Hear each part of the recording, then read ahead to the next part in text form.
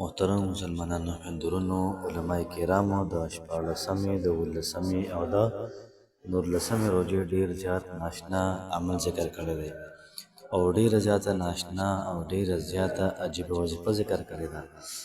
محترم فرمایي چې تاسو په د دې وظیفې څومره برکات دي، څومره د دې کرشمات دي، که تاسو واورېدل یا تاسو زده کړل نو تاسو به په هغې باندې حیران نه شئ.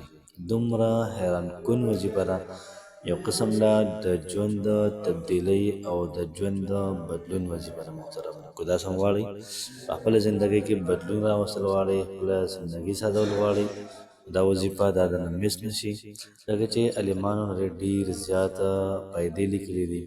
څومره ستا حاجتونه دي، که دا د رشتې حوالې سره وي، که دا د مال او دولت حوالې سره وي، دغه رنګې که دا یو مشکل او مهم کار وي انشاءالله العزیز. او نن محترمو د جمعې ورځ هم ده، نو د جمعې په ورځ دا وظیفه نور هم ډېر زیات حیثیت لري. نو کوشش وکړئ دا وظیفه د ژوند معمول ساده کړئ او دغه رنګې دغه 3 ورځې وکړئ پرله پسې انشاءالله العزیز. الله پاک به د هر قسم مسله دا به ختمه کړي. بسم الله الرحمن الرحیم. شروع کوم د ډېر زیات بخښونکي او د ډېر زیات مهربان رب په نوم باندې. زه ګواهي ورکوم د دې خبرې چې د الله پاک نه علاوه د عبادت لایق بل څوک نشته، او نبی کریم صلی الله علیه و آله وسلم د الله پاک بنده او د الله پاک رسول دی. زما د اسلام ډېرو زیاتو خوږو درنو مسلمانانو خویندورونو، نن چې کومه زموږ وظیفه ده انتهایي لاجواب او انتهایي پاورفل وظیفه ده. محترمو داسې وظیفه ده چې الله پاک په دې باندې ستاسو حاجات پوره کړي. الله پاک په دې باندې ستاسو څومره مشکلات دي دغه مشکلات به الله پاک ختم کړي. یو قسم ده پرسکون زندګۍ دپاره، یو قسم ده کرشماتي ژوند دپاره محترمو دا وظیفه دا وکړئ. دومره حیران کن فواید دي چې تاسو به خامخا لازما ورسره حیرانېږئ.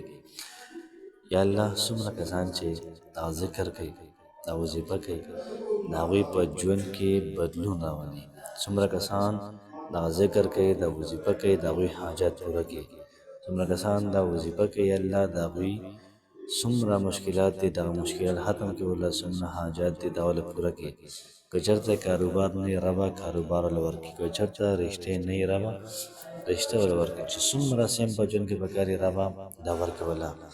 آمین ثم آمین. محترم مسلمانانو خویندورونو، نن چې کومه زموږ وظیفه ده عالمانو ذکر کړې ده د 14مې روژې، د 18مې او د 18مې روژې وظیفې دا ذکر کړې ده. نو که تاسو هم دغه 3 ورځې دا وظیفه وکړئ انشاءالله العزیز ستاسو ژوند دا محترم بدلېږي ورسره.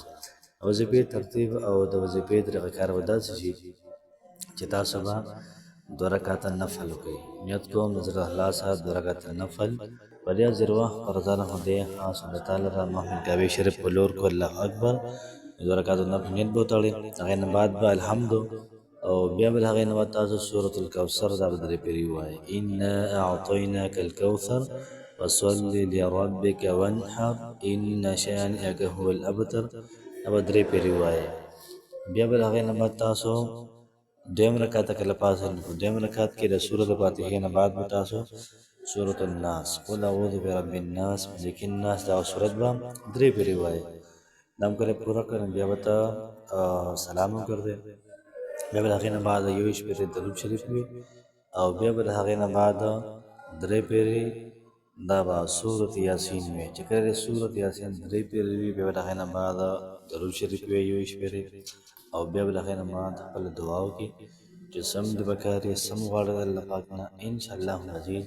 الله پاک به درله تمام حاجات دا پوره کړي، تمام مشکلات به الله پاک دا ختم کړي. یو قسم ده په ژوند کې به درله بدلون راولي. نو راځئ دا وظیفه به خپله هم وکړئ او دغه رنګې خپلو ملګرو سره یارانو سره دوستانو سره هم شریکه کړئ چې د هغوی هم دغه ثواب وشي او د هغوی هم دغه فواید هغوی ته هم میلاو شي. الله پاک هم انشاءالله آباد ساته. السلام علیکم ورحمة الله وبرکاته.